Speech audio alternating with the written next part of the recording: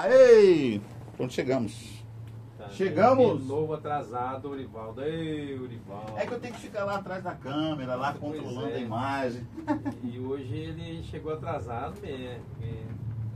Né? 2 copos d'água aqui, ó. Essa aqui vai ficar pra você, Ah, obrigado. tá? Isso aí. E essa aqui é minha. Gente, vocês não fazem ideia aqui em Cuiabá o quanto, né? Tá calor. Eu vou tirar até esse. Eu vou tirar o. Vou tirar até esse aqui que tá mais calor ainda. A gente tá com ar-condicionado, eu coloquei no 17, né? Quando você chegou aqui tava no 22, né? É. Já tava mais de 1 hora ligado o ar-condicionado e calor, né? Quente. Tá no 17 e continua quente, gente. Nem ar-condicionado tá conseguindo, né? Sim. Conter, né? Aqui em Cuiabá. Cuiabá tá muito quente hoje, domingo.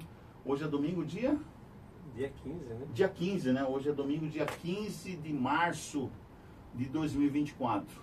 Bom dia, boa tarde, boa noite. Eu não sei que horário que você, ou que dia na sua vida que você vai assistir, ou período do dia que você vai assistir. Por isso que eu falo boa tarde, bom dia, boa noite, boa madrugada, né? Você pode estar aí no seu trabalho, no hospital, em casa, no carro, em qualquer lugar, com o seu celular na mão e assistindo o Viu Conectado 7. Não sei que época que você vai assistir, em que parte da sua vida que você vai assistir. Eu espero que seja em breve, né? Porque nós estamos estudando aqui no Conectado 7 Podcast o Apocalipse com o Robson Antônio, né? Que é esse jovem que está aqui. É jovem? Você está com quantos anos? Tô com a mesma idade que a sua. Não, você está com 62? Não, 51. 51, você é jovem, rapaz. Eu que sou um jovem mais jovem que você, eu tô Então. vou fazer 62, né? Tá velho, Vou fazer então. Não, tô velho não, eu tô jovem. Tô jovem. Vou fazer 62 agora, 6 de maio. Vamos ver o que vocês vão me mandar de presente aqui em Pix, tá? Mandem Pix, Você tá? quer Tá aqui nas isso? descrições, tem o nosso Pix aqui. Isso aí, tá certo. Olha, hoje é Apocalipse 10, um livrinho aberto que a gente tinha falado do último Conectados, né? Que foi Apocalipse 8 e 9. E ele tinha prometido que ia falar sobre um livrinho aberto. Bom, Isso. Apocalipse, vocês sabem, ou Revelações, né? É o último livro da Bíblia Sagrada, né? Eu vou até deixar aqui aberto, lá no livro de Apocalipse. E é o capítulo 10. Vou deixar aqui o 10. A minha Bíblia é super interessante, Robson. E já aproveito vocês aí também, já pega a Bíblia de vocês, né? Quando a gente começar, já deixa aberto no capítulo 10. No capítulo 10, já está a minha Bíblia aberta no capítulo 10. Antes da gente começar, está aí nas descrições desse vídeo, tá ok? Se você quiser ajudar o Conectado 7, sendo membro colaborador deste canal, mande um Pix no valor de R$20, porque é com esse valor que a gente vai adquirir e vai mandar para você via Sedex, tá? O guia do Apocalipse, dos estudos do Apocalipse, onde tem todos os capítulos que nós estamos estudando aqui, todas as perguntas e respostas, com os comentários de tudo que a gente está falando aqui, tá ok? Então você vai receber em casa o guia do Apocalipse, tá? É necessário? É necessário, Arivaldo. Por que é necessário? Porque você vai ter um acompanhamento que você pode direcionar na sua Bíblia, marcar a sua Bíblia, tá? Com os textos que estão aqui no guia de estudos. São apenas R$20, tá aí a chave Pix, tá? 65992977170, PagBank, em meu nome, Orivaldo Valdomiro de Azevedo, tá ok? E você que quer ter qualidade de instrução e educação para seus filhos e sua família, é hora de você e a sua família assinarem a revista Vida e Saúde, tá ok? Tá aí os preços anuais da assinatura anual, também aqui tá aí nas descrições, tá ok? Você então entra em contato aí conosco, nesse número que está aparecendo aí no Mais Info, mais informações nas descrições, que nós iremos até você nessa região de Cuiabá, Várzea Grande, Santo Antônio Leverger, toda essa região aqui também, tá? O nosso amiguinho Júnior também tá aí o valor do preço anual do nosso amiguinho Júnior, tá? Para crianças de 6 a 9 anos de idade.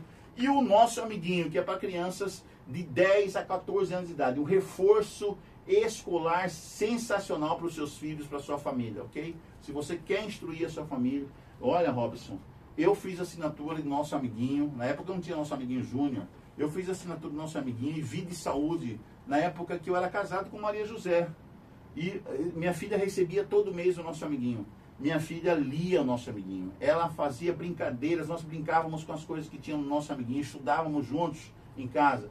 Isso ajudava muito no culto doméstico, no culto familiar, e ajudava muito a minha esposa, porque minha esposa era vegetariana, né? Minha ex-esposa era vegetariana, e isso ajudava muito. Vida e Saúde ajudou muito. Isso contribuiu para que ela também se formasse em pedagogia, né? Psicopedagogia, depois se tornou professora, etc. Pena que o nosso casamento acabou, né?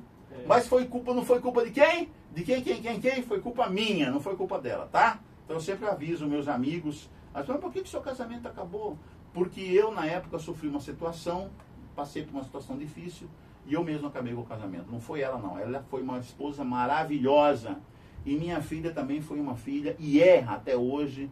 Hoje já é formada, é psicóloga, casada, tal, vive fora do país, vive em outro país, mas é uma filha maravilhosa. Não tem nada que reclamar da minha filha, não tem nada que reclamar da minha ex-esposa, tá? O que nós passamos foi maravilhoso. Minha filha cresceu maravilhosa, a Melissa, você conheceu a Melissa, né? Conheceu a Maria José. Então foi um lar maravilhoso, tá? Eu que bobeei, Robson, né? Culpa foi somente minha, por isso que eu, diante de Deus, eu sempre falo isso aí, né?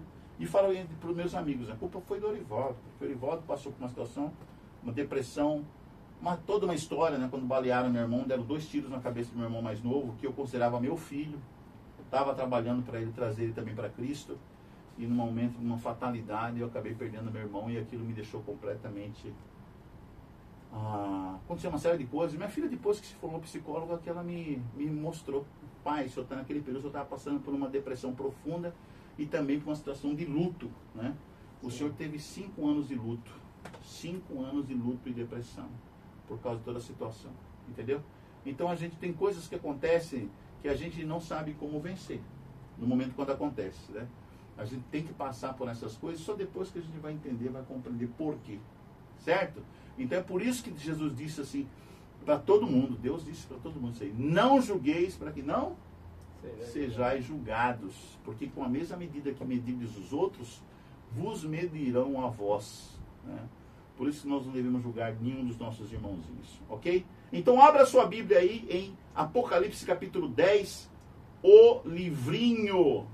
Você fala que o livrinho diz que era doce na boca e amargo no estômago. E amargo no estômago. Mas antes da gente começar a estudar a palavra de Deus, o certo era antes de começar o programa, né? No começo, nas primeiras minutos do programa, fazer uma oração. Porque coisas espirituais se discernem espiritualmente. E a nossa luta, principalmente a minha, não é contra irmão, não é contra a igreja, não é contra pastor, mas sim contra o Satanás.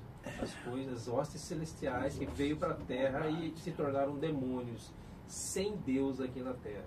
Então são anjos caídos, que isso agora são demônios, que não tem Deus, não tem a presença do Espírito Santo de Deus na vida deles. Então a minha luta é contra isso. A nossa luta tem que ser contra isso, não contra pessoas. Então a gente tem que começar antes de qualquer coisa a orar. Então vamos abaixar nossa fronte para orar a Deus. Oremos. Deus, Criador do Universo, o Senhor é o nosso Deus. O Senhor é um Deus poderoso, um Deus que criou tudo. Um Deus que conhece todos os seres humanos intimamente, que sabe quantos fios de cabelo tem na cabeça de cada um. O Senhor conhece a personalidade, temperamentos, sentimentos, emoções, o Senhor conhece tudo. E o Senhor sabe que quão grande é meu amor pelo Senhor e pelo próximo. Então eu oro ao Senhor pelos méritos de Jesus Cristo. Eu oro que o Senhor venha estar conosco, esteja com o coração daqueles que estão ouvindo a mensagem e esteja também com os problemas que eles têm em casa. E que o Senhor, se for um problema de saúde, eu oro ao Senhor que o Senhor tem poder, que se for da tua santa vontade, o Senhor pode curar essa pessoa. Amém. E se for problema espiritual, que o Senhor expulse esse demônio da casa dessa pessoa. Amém. Pelos méritos de Jesus Cristo. Amém. E esteja conosco agora também, Santo Espírito. Pedimos em nome de Jesus Cristo. Amém. Amém. Você viu que o Robson, ele fala baixinho, né, gente? E eu falo alto. Você já percebeu que a diferença aqui é grande, né? Ele fala calminho, ele é fleumático e eu sou colérico. Então, as pessoas que me conhecem sabem que o Orivaldo não fala baixo, ele fala alto, né? Então, vamos lá? Mas peraí, antes de que a gente prossiga no estudo de hoje, eu vou pedir para você encarecidamente. Vou sempre pedir, todos os vídeos aqui eu vou pedir para você. Não esqueça de colocar o like. Por quê, gente? Aqui no YouTube, nas redes sociais, por que o like é importante nesse novo tipo de mídia? Porque é com o like que os algoritmos do Facebook, do YouTube, do Instagram e do X e outras redes sociais, e os algoritmos percebem que então, quando tem bastante like, então eles indicam esses vídeos para mais pessoas pelo mundo afora. Então é muito importante que você que está assistindo o vídeo entenda que você tem que colocar o like sim, entendeu? Aperta o like, porque aí você vai estar impulsionando o vídeo para muito mais pessoas assistirem, compreenda isso, ok? E outra coisa que nós precisamos muito é inscrições. Então se você tem linhas de transmissões e você quer que essa verdade do Apocalipse 10 chegue aos seus amigos, seus conhecidos, a outras pessoas, então mande nas suas linhas de transmissões e peça para os seus seguidores e para as pessoas que você está seguindo e seguidores que se inscreva nesse canal. Indique o canal Conectado 7 Podcast para outras pessoas, ok? Aperte no sininho das notificações em todas para que todos os vídeos daqui do Conectado 7 cheguem até você, ok? E comenta. Por que é importante o comentário? Também para o algoritmo do YouTube ver que como tem um vídeo que é bastante comentado, ele vai sugerir para muito mais pessoas. E aí, quanto mais inscritos nós tivermos aqui, melhor para nós contribuirmos para a pregação do Evangelho no mundo todo. Compreenda isso. Você está ajudando a pregar o Evangelho, certo? Vamos lá, Roque. Então, vamos. Apocalipse capítulo 10, um livrinho aberto. É Robson. Robson, desculpa. Então, Apocalipse 10, né? A gente já estudou o 1, que fala sobre a volta de Cristo, a revelação, né? O 2 ao 3 a gente estudou sobre as 7 igrejas. Né? O 4 a gente estudou sobre o trono de Deus, de 5 ao 6 a gente estudou sobre os 7 selos, e do 7 nós estudamos sobre os 144 mil, o 8 ao 9 nós estudamos sobre os 7 trombetas, né? E agora nós vamos estudar sobre o que? O livrinho aberto, né? Nesse capítulo nós vamos estudar sobre um livrinho na mão de um anjo, e João recebe a ordem de comer o livro. Esse livro era doce na boca e foi amargo no estômago. O que representa essa visão? É o que a gente vai descobrir juntos hoje. Vamos para o Apocalipse 10, versículo 1. Leia para nós aí, Eurivaldo. Vi outro anjo forte descendo do céu, envolto em nuvem, com um arco-íris por cima de sua cabeça. O rosto era como o sol, e as pernas como colunas de fogo. Do verso 2. E tinha na mão um livrinho aberto. Pôs o pé direito sobre o mar e o esquerdo sobre a terra. Verso 3? Não, só o 2. Então, ó, João diz que ele viu um anjo forte descendo do céu. Só que ele estava envolto em nuvens. Você lembra dessa expressão na Bíblia? Jesus é aquele que está sempre envolto em nuvens, Orivaldo. Em Apocalipse 1:7, a gente leu: eis que vem com as nuvens. Eis que vem com as nuvens. Então esse anjo forte que desce do céu, ao que tudo indica, é o próprio Jesus Cristo. Inclusive aqui no Apocalipse 10:1 diz que ele tinha um rosto como o sol. Ele tinha as pernas como colunas de fogo. Mas essa descrição já havia aparecido em Apocalipse 1, quando João tem uma visão do Cristo ressurreto. Então esse anjo forte que desceu do céu é o próprio Jesus Cristo, Rivaldo. Ele tem um livrinho aberto em sua mão e ele pôs o pé direito sobre o mar e o pé esquerdo sobre a terra. Você sabe o que significa isso? Não faço ideia. É a sua posição de autoridade. Então Cristo é aquele que tem autoridade sobre terra e mar. Ao pôr o pé direito sobre o mar e o esquerdo sobre a terra, ele demonstra sua autoridade sobre as nações. E ele tem em sua mão um livrinho aberto. Interessante, né? Que livro que é esse? Vamos ver lá? Vamos ver? Vamos lá. Vamos é um livrinho que agora está aberto. Ele nem sempre esteve aberto. Aliás, ele estava fechado. E quando a gente fala em livrinho fechado na Bíblia, você logo se lembra de um livro, não é? Eu lembro do livro de Daniel, né? Que foi fechado ou selado, que é a mesma coisa. Selado e fechado é a mesma coisa. Isso aí, é o livro de Daniel. Daniel, profeta Daniel. Agora vamos parar um pouquinho aqui, porque agora a gente tem tempo, né? Sim. Estava fechado por quê? A gente vai estudar ainda, no Apocalipse 14 a gente vai comentar um pouco sobre isso, Sim. certo? No Apocalipse 14 ainda vamos estudar sobre isso. Mas ele estava fechado por quais circunstâncias? Era a Idade Média, a idade do papado, a idade que a igreja estava presa, que começou a aparecer todo tipo de heresias, dogmas, né, costumes, e a Bíblia estava presa dentro de uma masmorra com cadeias. E antes de Cristo também, né? Na época que o povo ninguém lia. Não, Jesus falou, leia o Daniel. Jesus falou. Então, o que acontece? Nessa Idade Média, a Bíblia ficou presa por 1.200 anos. 1.200 anos, 1.200. Uhum. Entendeu? 1.200 anos. Agora imagina, aí foi o tempo que essa igreja, a Igreja Católica, ficou no poder. Então essa verdade estava fechada e ela foi aberta. Ninguém conseguia ler esse livro e nem compreender. Não tinha pessoas que explicavam sobre as profecias de Daniel. Por isso estava fechado. Então, agora continuando o sermão, né? Foi o livro do profeta Daniel que estava fechado por um tempo. Em algum momento da história ele seria aberto. Uhum. E o que a gente vai descobrir hoje? Então esse anjo forte que desceu do céu é o próprio Senhor Jesus Cristo. Continue agora, Aurivaldo, Apocalipse 10, versículo 8. Leia para nós. 10, 8. 9, 10 e 11. 10, 8, 9, 10 e 11. Pode ler para nós. Ok.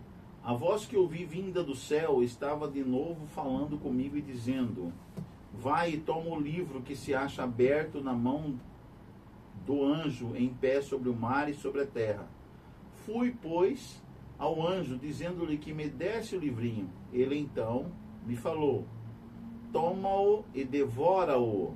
Certamente ele será amargo ao teu estômago, mas na tua boca doce como mel. Tomei o livrinho da mão do anjo e o devorei, e na minha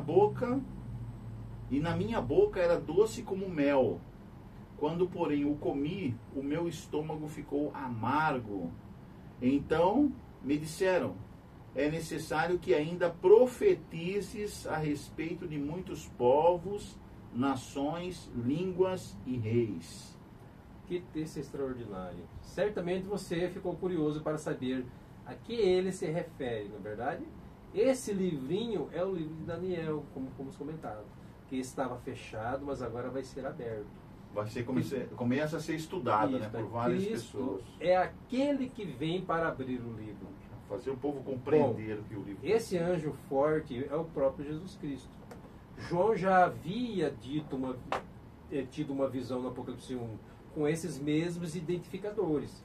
O rosto como sol, pernas como bronze.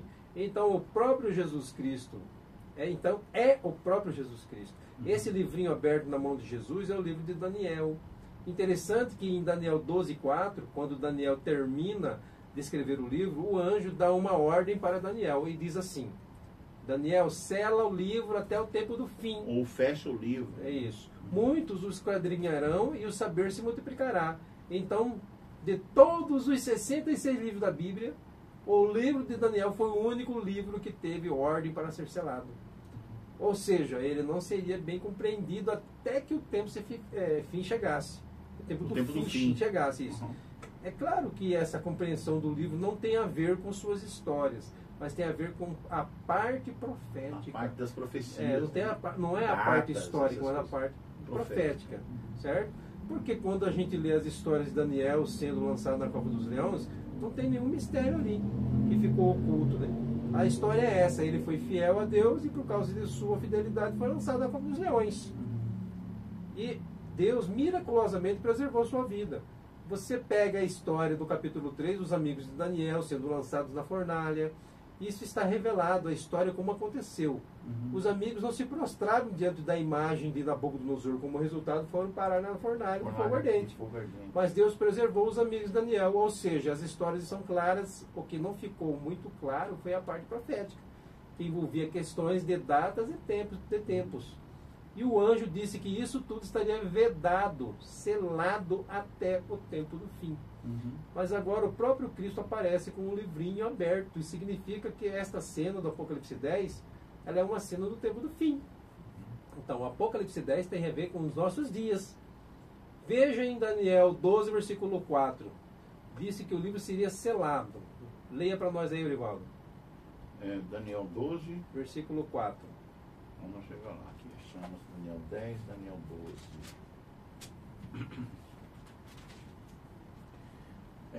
Tu, porém, Daniel, encerra as palavras e sela ou fecha o livro até o tempo do fim.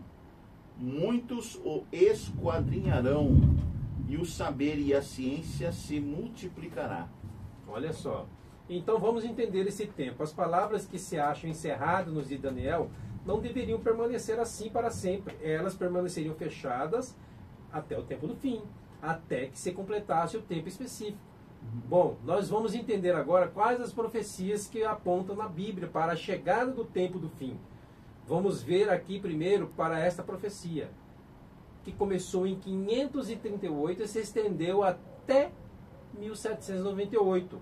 Esse período de tempo conhecido como os 1260 dias ou 1260 anos, né? Eles falam a respeito do domínio papal da Idade Média. Começa lá em fevereiro de 538. Quando você tem agora o papado dominando na igreja no estado. E isso foi até 15 de fevereiro de 1798, quando o Papa Pio IX, né, foi aprisionado por ordem de Napoleão Bonaparte. Então essa profecia dos 1260 anos aponta para a prisão do Papa em 1798. Já a outra profecia de 1290 anos, em Daniel 12, diz: bem-aventurado o que espera até chegar 1335 dias, ou que se passariam também 1290 anos, desde que foi posta a abominação desoladora. Viajando de 508, 1290 anos, você também chega em 1798, ou seja, a data de 1798. Ela é importantíssima no calendário profético, porque ela inaugura o que nós chamamos do o tempo do fim. Começa o tempo do fim. Isso, em 1798. Por quê? O Papa foi preso. Chegado o tempo do fim, o livro de Daniel seria então desselado. Ou seja, mais estudado, mais compreendido, teólogos e pessoas iam estudar e explicar mais sobre Daniel. Ou compreender, né? As profecias, não as histórias. Uhum. Como eu já disse para vocês, a imagem do anjo com o pé direito sobre o mar e o esquerdo sobre a terra representa o surgimento de um movimento mundial com a pregação das verdades contidas no livro de Daniel. E para entender esse contexto do tempo do fim, nós temos que voltar ao século XIX. Então, 19, pertinho nós estamos no século 21, 19. Então, já passou mais de um século. Isso. Né? Então, em 798, você tem a prisão do Papa Pio VI. Em 833, você tem a famosa chuva de estrelas na região da Nova Inglaterra, dos Estados Unidos. Todos pensaram que o mundo estava perto de seu fim. A gente já falou sobre isso. O povo daquela época falava muito disso aí. Acontecimentos jamais vistos tiveram lugar em um fazendeiro lá de Longhampton, nos Estados Unidos de Nova York, estado de Nova York, também se impressionou com os acontecimentos e gastou agora um bom tempo estudando a Bíblia. Seu nome é Guilherme Miller. Ou William Miller. Isso. No ano de 1816, ele então começou agora a estudar a Bíblia, e em particular as profecias de Daniel e Apocalipse. Guilherme Miller era um membro da Igreja Batista e ele dedicou anos e anos ao estudo da Bíblia. Ele tinha como auxiliar uma concordância bíblica e ele não avançava para o próximo verso até haver entendido aquele verso, isso, o que Deus estava falando na palavra. Mas quando Miller chegou em Daniel 8,14, a coisa mudou de cena. Por quê, né? Porque Miller não entendeu que estava escrito em Daniel 8,14? Em Daniel, até 2.300 tardes e manhãs e o santuário será purificado. Isso. Miller não entendeu esse texto. E, de fato, ele dedicou 8 anos para compreender esse tema da purificação do santuário. Miller era pesquisador da palavra de Deus, especialmente o livro de Daniel. Então, lendo os comentários da versão inglesa da King James, ele descobre que o ponto de partida para este período profético, tanto dos 2.300 anos quanto das 70 semanas dada ao povo judeu, era o 7º ano do reinado de Artaxerxes, ou seja, no ano 457. Olha que interessante. Desde a saída da ordem do povo judeu sair de Babilônia até o Messias, aí tem toda aquela profecia, né, de tempo. Isso, aí ele começou a fazer os cálculos, né? Ele entendeu que esta purificação do santuário seria a purificação da terra. como pensávamos os teólogos dos seus dias. Todos os teólogos daquela época, os pregadores, falavam, né, que quando falava de purificação do santuário, que o santuário era a terra, e a purificação do santuário seria o quê? O retorno de Cristo, para purificar a terra. Assim que eles compreendiam naquela época. Então, né? E a purificação da terra era por ele representada como sendo a volta de Jesus. Uhum. Assim que eles entendiam. Então Miller começou a pregar que por ocasião da purificação do santuário celestial, no final das 2.300 tardes e manhãs, Jesus voltaria à terra. Aqui está a profecia que Miller estudou. Olha só. Essa aqui, né? Aqui olha só, 457, tem Artaxerxes para a reconstrução de Jerusalém, 7 semanas, né? Aí 408 a.C., a reconstrução de Jerusalém. Aí vem o batismo de Jesus, a morte de Jesus, o apedrejamento de Estevão, que foi o fim de Israel como nação eleita. Dias, né? Isso. 62 semanas. Isso. Olha só o cálculo. Um dia significa um ano. Tarde, manhã, um dia. Um dia, um ano. 2.300 atrás de manhã, 2.300 anos. Esse período de 2.300 anos. E 1844, que nós vamos ver daqui a pouco. Ele então partiu do decreto de Artaxerxes no ano 457 a.C. e em Daniel 9:25 está escrito assim: sabe e entende, desde a saída da ordem para restaurar e para edificar a Jerusalém, até o Messias, o príncipe, haverá 7 semanas e 62 semanas. As ruas e o muro se reedificarão, mas em tempos angustiosos. Olha só. Saiu o decreto em 457. Partindo do decreto, você viaja 7 semanas ou 49 anos. E você chega ao ano 408, como a gente viu lá, né? 408, que é a reconstrução de Jerusalém. Por que esse ano é importante para nós? Porque é o ano que terminam as reconstruções da cidade de Jerusalém. A partir daqui nós viajamos 62 semanas ou 434 anos. Aí vem a pergunta: quando é que Jesus foi ungido pelo Espírito Santo? Quando é que Jesus foi ungido pelo Espírito Santo? Jesus é ungido. Quando que ele foi ungido pelo Espírito Santo? No batismo dele. Isso mesmo. Isso mesmo, no batismo de Jesus. Isso quer dizer que Daniel 9, 25, 26, 27 marcavam a data do batismo de Jesus, Orivaldo. Jesus se batizaria 69 semanas ou 483 anos depois do decreto de Artaxerxes. Olha só que interessante. Exatamente. Até a data, né, de quando o Messias seria batizado. Isso, exatamente no ano 27, que foi o 5º ano de Tibério. Tibério César, né? O Jesus, imperador romano. Jesus, com cerca de 30 anos, foi até o Rio Jordão para ser batizado. Você lembra da cena? Ele foi lá buscar seu primo, que era quem? João Batista. Eles não haviam se encontrado até esse momento. João relutou em batizar Jesus, mas Cristo disse para João: João, tem que ser agora, para que se cumpra toda a justiça. Isso, para se cumprir, tem que ser naquele momento. Então João consentiu e João batizou Jesus. Mateus diz que quando Jesus saiu da água, o Espírito Santo desceu em forma corpórea de pomba vindo sobre Jesus, no ano 27. Ali o ano do ungido, final das 69 semanas de graça dadas ao povo judeu. Então Miller entendeu que a profecia das 2.300 tardes e manhãs, que apontava para a purificação do santuário, que pensava ele ser a volta de Cristo, tinha uma parte separada para o povo judeu. Aliás, foi isso que o anjo disse para Daniel. Daniel, 70 semanas estão determinadas sobre o teu povo. A palavra determinadas aqui, shatá, né, do hebraico, significa cortadas, ou seja, 70 semanas ou 490 anos foram separados do período maior de 2.300 anos e destinados apenas ao povo judeu. Olha só que interessante. Então, tanto as 70 semanas quanto os 2.300 anos, eles começam na mesma data, na data do decreto de Artaxerxes. E a história mostra que isso foi em 457 a.C., até que Miller viajou, então, 69 semanas no ano 27. Aí Miller foi agora para Daniel 9, 27. Diz assim: ele quem? O Messias, Jesus, faria firme aliança com muitos por uma semana. Uma semana são 7 dias. Mas anos. quando se estuda a profecia, cada dia vale um ano. Logo, 7 anos. Então o Messias faria aliança com muitos por uma semana. Por uma semana? Porque já haviam se passado 69 semanas.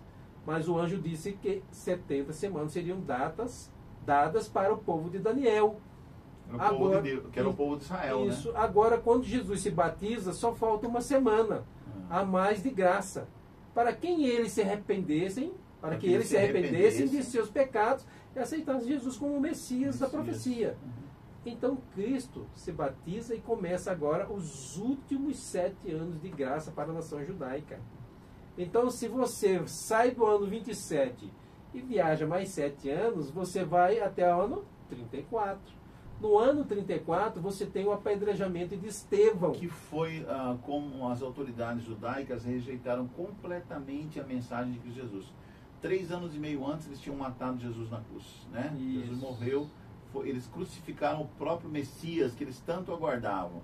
E aí, 3 anos e meio depois, eles o quê? Apedrejam Estevão, fechando mesmo aquela negação da pregação do Evangelho, da pregação de Cristo Jesus, da aceitação de que Cristo realmente é o Salvador, era o Salvador, né? Que eles, o Messias que eles aguardavam. Ali acabou para os judeus, agora é para os gentios, né? Agora, então, um dos 7 diáconos, quem que era Estevão? Um dos 7 diáconos da igreja primitiva.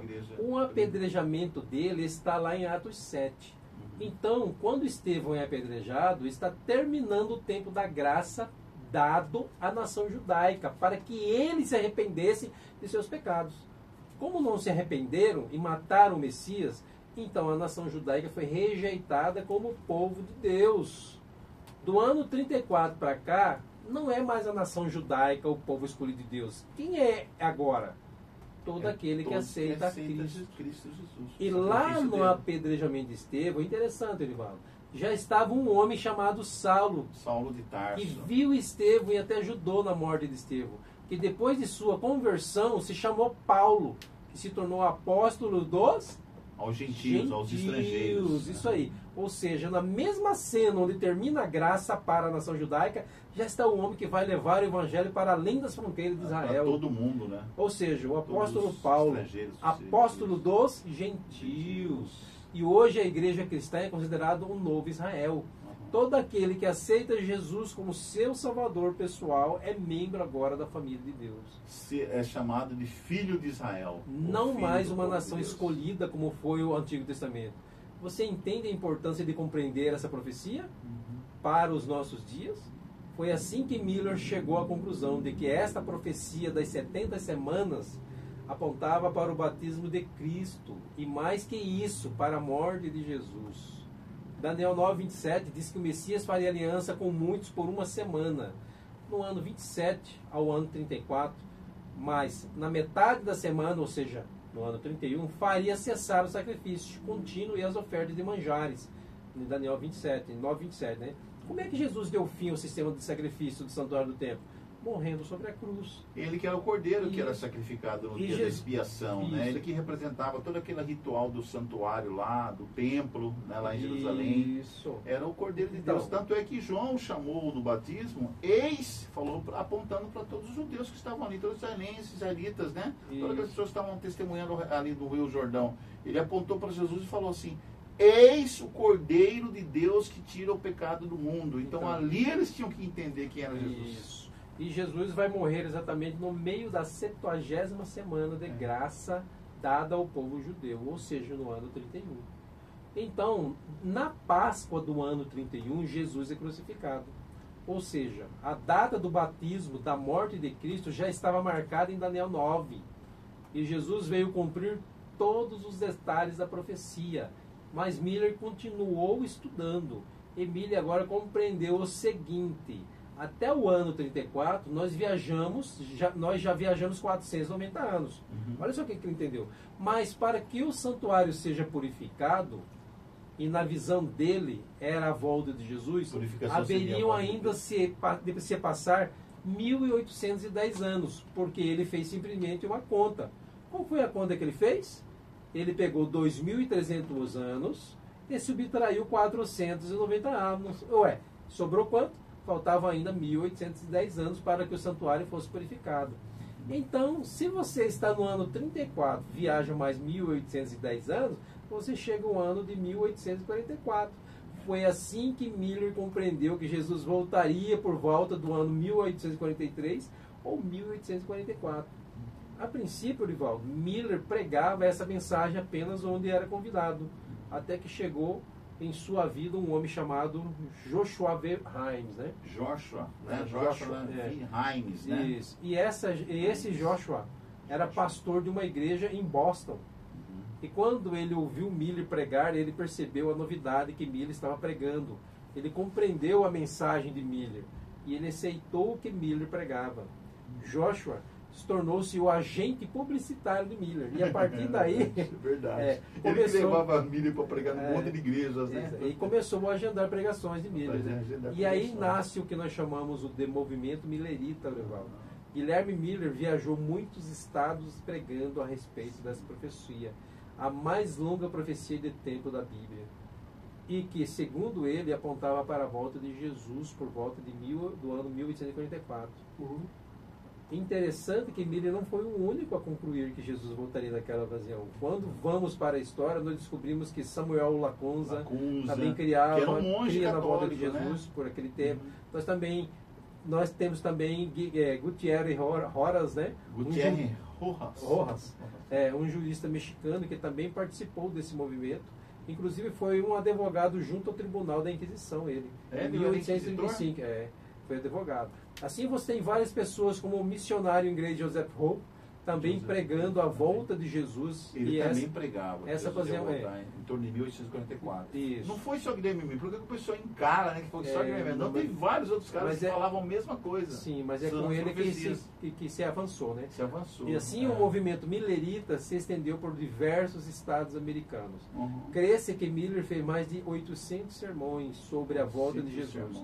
E muitas comunidades aceitaram sua mensagem. Miller teve tanto êxito em sua pregação que acredita-se que cerca de 100 mil pessoas estavam prontas para a volta de Jesus em 1844. Olha Você só. vê quantas pessoas se converteram, se tornaram pessoas melhores, santificaram a vida, né? Isso. Cerca de 100 mil pessoas estavam aguardando Cristo em 1844. Muita gente, E o interessante é que ele está fazendo isso, mas ele está baseado na palavra de Deus. Palavra de Deus. Nas profecias. Só que ele não estava entendendo plenamente. Mas nós vamos falar sobre isso, certo? Os estudos continuaram, e quando chegou o ano do fim do mundo com Miller, como Miller havia marcado, por volta de março ou abril, Jesus não voltou. E houve ali um primeiro desapontamento. Mas passados alguns meses, aconteceu uma nova reunião. Lá apareceu um homem chamado Samuel Snow. E ele é quem vai fazer os cálculos mais aprofundados do que Miller. E vai chegar à conclusão que Jesus teria que voltar não na primavera, como Miller havia pregado, mas no outono. E que o dia da expiação, do ano de 1854, que era o dia 22 de outubro. Isso, 22 do mês de outubro. Dia da expiação da judaica, né? Isso. Dia do perdão, dia do Yom Kippur. Isso. Então, esta nova mensagem apresentada por Samuel Snow trouxe na história aquilo que nós chamamos de movimento do sétimo mês. Ou seja, será o 10º dia do sétimo mês que Jesus volta. Samuel Snow fez os cálculos e ele concluiu que Jesus voltaria no dia 22 do mês de outubro do nosso calendário gregoriano. Porque esse seria o dia da expiação no calendário judaico.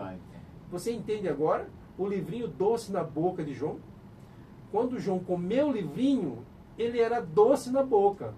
O que era esse doce na boca? É a mensagem de que Jesus está às portas, de que Jesus vai voltar no dia 22 de outubro de 1854. Cheio de esperança, que eles ficaram felizes, alegres. Teve gente que vendeu tudo, Robson. Vendeu fazenda, vendeu propriedades para pagar os pastores para pregarem aquela mensagem para o mundo todo, entendeu? Então, teve gente que investiu mesmo nessa, que acreditou piamente em Cristo voltaria. Sim, mas isso era para a época, era a época correta, era aquela época. Correta, Mas já estava escrito na Bíblia que isso ia acontecer.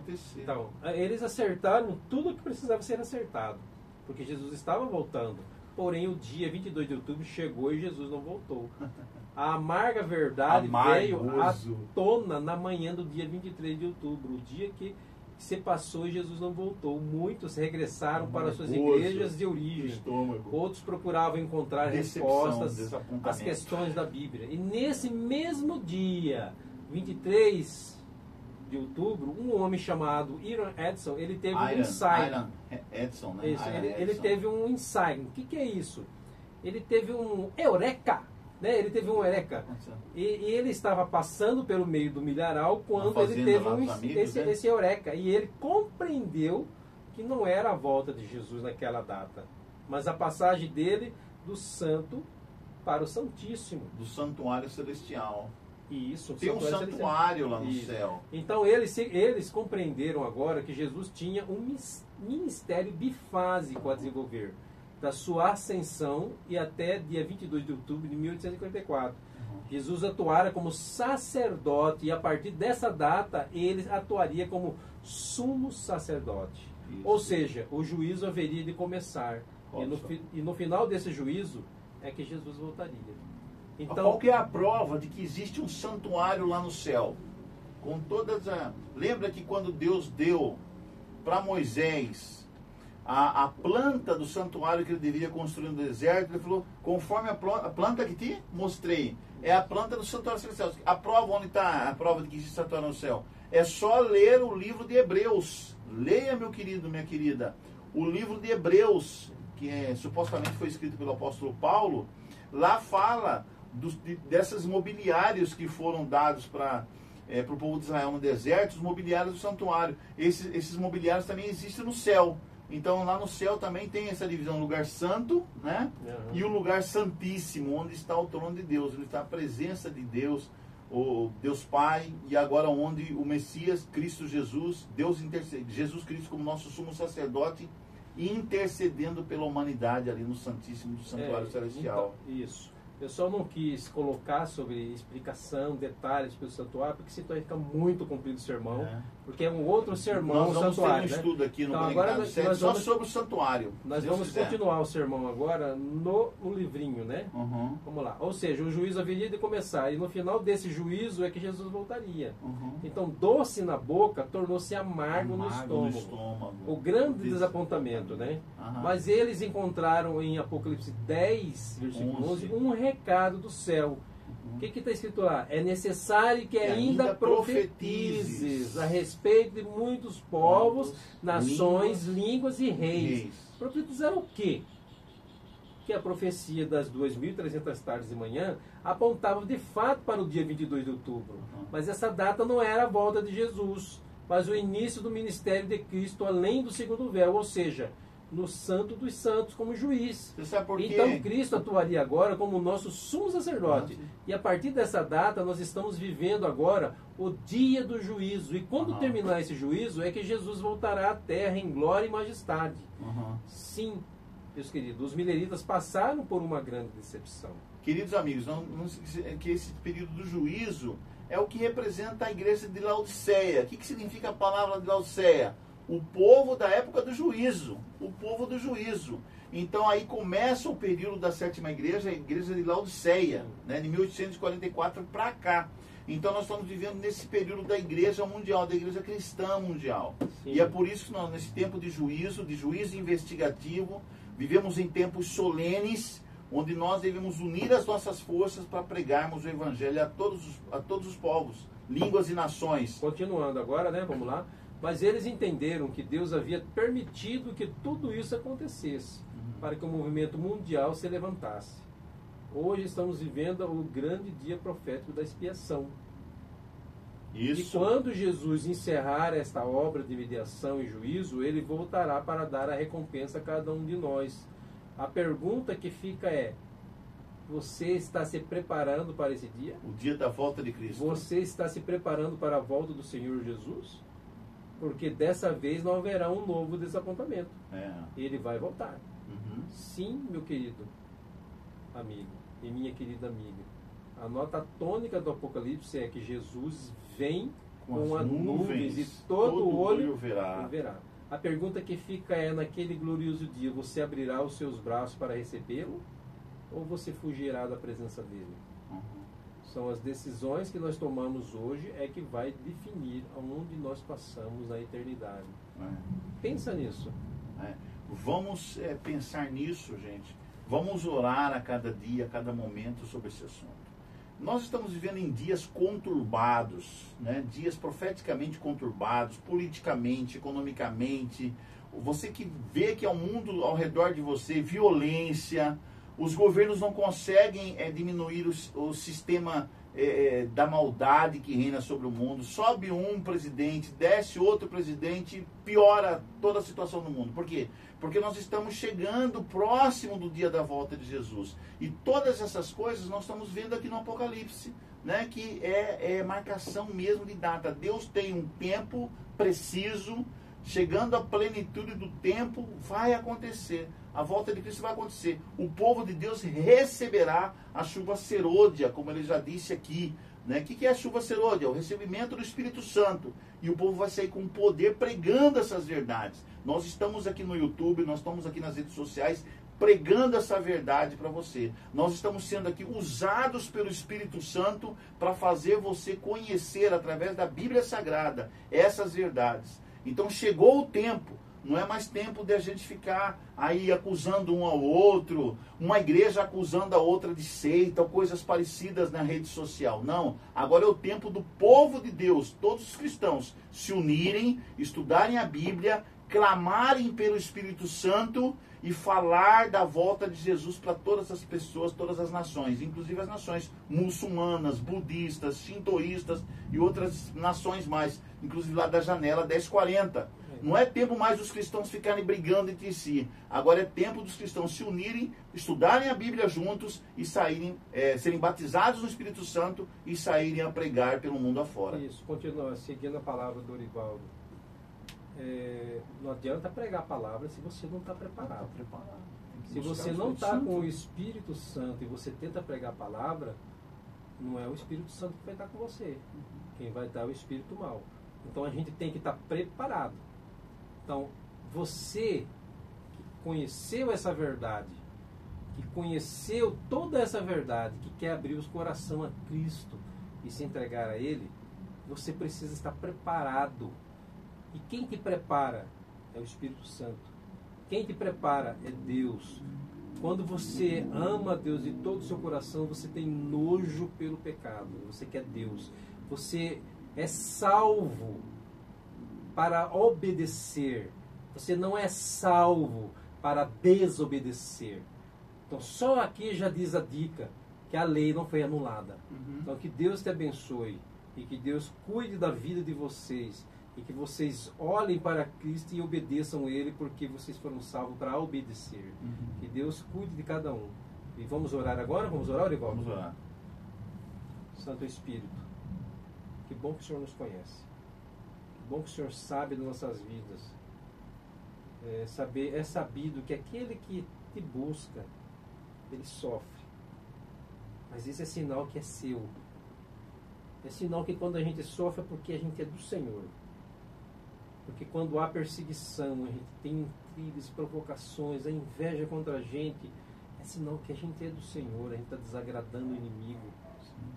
Então, ó Deus, nos ajude a acordar para essa verdade, que nós somos do Senhor. Abençoe, ó Deus, cure quem precisa ser curado, liberte dos espíritos maus aqueles que precisam ser libertos, e que a Tua presença esteja na vida deles. Obrigado, Deus. Até o próximo estudo, que nós vamos falar das duas testemunhas. Eu oro ao Senhor em nome de Jesus Cristo. Amém. Amém. Amém. Então, no próximo estudo, pessoal, nós vamos estudar Apocalipse, o Apocalipse 11 aqui, ó, que vai falar sobre a ordem para medir o santuário de Deus e as duas testemunhas mártires. Que testemunhas são essas, né? É o Apocalipse capítulo 11, tá? Na próxima semana, se Deus quiser, Antônio estará aqui, né? O Robson Antônio estará aqui, para nós continuarmos estudando as profecias. E é por isso que eu peço encarecidamente para você, distribua essa mensagem nas suas linhas de transmissões, em todas as suas redes sociais. Assim você vai estar ajudando a salvar mais pessoas ainda, né? Você está sendo um anjo mensageiro para contribuir na pregação do Evangelho. Nós não estamos aqui falando de parolagem, nós não estamos aqui falando a linguagem de homens, nós estamos falando aqui a linguagem da palavra de Deus, a profecia do Apocalipse. Nós estamos de Bíblia aberta estudando profecia. Na sua igreja, o pessoal ensina a profecia para você, os pastores, a liderança está pregando sobre as profecias do Apocalipse, sobre esses acontecimentos finais para você. Então, se não está acontecendo isso na sua igreja, reveja a sua posição. Lembra que o Apocalipse diz, lá no finalzinho da pregação do Evangelho, fala para o povo de Deus: sai dela, povo meu, sai da Babilônia, sai dela, povo meu. Venha para onde? Para o conhecimento da palavra de Deus, venha para o estudo da palavra de Deus. Receba o Espírito Santo, né, e saia para pregar. Entendeu? Nós temos que fazer agora um pacto, não é com homens, não é com igrejas, mas sim com Deus, né? É porque é com Ele que nós vamos então prestar contas. E Deus já fez de tudo por nós, fez e faz. Já nos salvou, já nos garante a salvação, só que nós temos agora, como o Robson falou, temos que aprender a obedecer. E o que é obedecer? É só ler lá os 10 mandamentos de Deus. A obediência a quê? A lei moral. Entendeu? Temos que ser cristãos obedientes. A lei de Deus é permanente, Deus não mudou. É o mesmo Deus que salvou o povo de Israel no Egito, né? É o mesmo Deus que conduziu o povo de Israel e trouxe eles de Babilônia novamente. É o mesmo Deus que estava lá na época de Cristo, o mesmo Deus que morreu na cruz, o mesmo Deus que guiou os apóstolos, guiou Paulo, né? O mesmo Deus que trouxe para João as profecias do Apocalipse na ilha de Patmos. Esse mesmo Deus está voltando. E é hora de nós fazermos um pacto, um concerto com Deus. Que Deus abençoe você, a sua família, que te dê paz, tranquilidade no estudo da palavra de Deus. E não se esqueça, meu amigo, de tudo que se tem ouvido. A suma é: teme a Deus e guarda os seus mandamentos, porque este é o dever de todo homem. Porque Deus há de trazer a juízo todas as coisas, até aquelas que estão escondidas. Quer sejam coisas boas, quer sejam coisas más. Amém. Deus abençoe você. Robson, obrigado. Até semana que vem, até o próximo vídeo sobre as profecias de Apocalipse. Só que semana que vem é Apocalipse 11. Né? As duas testemunhas mártires. Tchau, tchau. Até o próximo, pessoal. Fica com Deus aí.